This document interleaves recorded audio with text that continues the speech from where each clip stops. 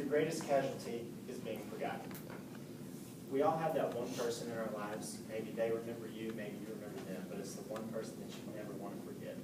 Maybe it's a former boyfriend, former family member, former girlfriend. I don't know, but it's the one person that you don't want to forget. Imagine, though, coming home from war, injured, beaten, only to find out that the life you knew, the people you all knew, had changed. In the Navy, I was responsible for air rescue. I jumped out of helicopters to save wounded soldiers and wounded civilians. And I can say that I have honestly seen my fair share of injuries. The look in a lot of these soldiers' eyes, it really took a toll. You see a strike of fear, and it's something that you would never forget. Many of these injured soldiers will go home not knowing what they're going to do, or how they're going to do it, how they're going to live their lives. It's a complete 180 for them. But there is help.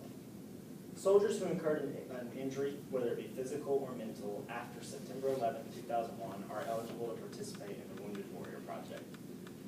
The Wounded Warrior Project is a way for soldiers to get the support they need in order to get back on their feet and get their life back on track after being wounded. It's a very difficult road and can take a toll on not only the soldiers, but the families as well. The project provides a lot of support, both physically and emotionally, as well as financially. Currently, there are 41,297 members of the Wounded Warrior Project, according to the U.S. military site. That's an average of about 3,000 new members a year since September 11th, and it's not easy on them. There's a lot of reasons as to why these soldiers are the way they are, why they need this help, but a couple of main reasons is the reason the project got started and the focus of it. The first one is the transition back into society. It's not an easy transition. Being overseas for periods of time, you come back into a world that you don't necessarily remember while you've been in the desert for years at a time, or been overseas, out at sea for a while, and it's tough to transition back into a life of fast food, family, friends, and having a good time. I mean, think about it. For most of these soldiers, being overseas is all that they knew. That was their life to them since they were 18 years old. That was my life for a year and a half. Of course, there is good news. According to military.com, the Wounded Warrior Project members had a 98.9% transition rate for all soldiers that enrolled into the program.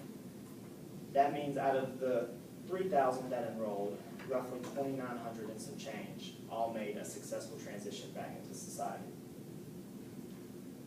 The second reason is it's difficult for them to find a job. Finding a job, it may not sound like much, but it's very difficult for a soldier coming from overseas to find a job. But again, according to the Wounded Warrior website, a goal of 500 was set per year for helping new members find jobs, and in the past year they exceeded that number with 504. And 83.2% of all those soldiers actually kept their job for a full year. Now, none of this is possible without the support, financially, emotionally, physically, of all of you guys. So you've heard why we need to help and why you should be the one to help, but what are you really getting out of all this? We've all agreed on the fact that helping others is great. We talked about service learning projects, we talked about charities, all kinds of things. And being able to help someone is something, there's not much better feeling in the world. But think about how it feels to help someone that's willing to die for you. It's a tearjerker, that's for sure. If that's not enough, know you're helping these men and women find jobs. Doesn't sound like much. Ben, you complain to me every day about wanting to get a job. But these are men and women who don't necessarily have the same credentials, some of which don't even know how to actually perform a proper interview because ever since high school they've been overseas. All they know is fighting, yet they are some of the most disciplined and respectful individuals you'll ever meet. You're also helping the families, some of which lost their loved ones due to their service. The Wounded Warrior Project is not just directed strictly at the individuals, but helping families get back on their feet and get a stabilized life back going after losing a loved one. It may not seem like much, but every little detail means the world to these families. Most importantly, by helping these individuals, we're giving them something to come home to. That's irreplaceable. There's nothing like living here in the U.S. and after being overseas for a period of time, it's nice to have somewhere to call home. So having heard all this, who's ready to help? Good news is it's extremely easy to contribute. You can go to the Wounded Warrior website right now and do a cash donation. With your debit card, you can find a local post in order to give them cash donations. But if you guys are like me, you may want to have a little bit of fun while doing it. Callan, Kim, and Mary all talked about how we can get in better shape and wanting to be in better shape. Well, how many of you have heard of the Tough Mudder Run?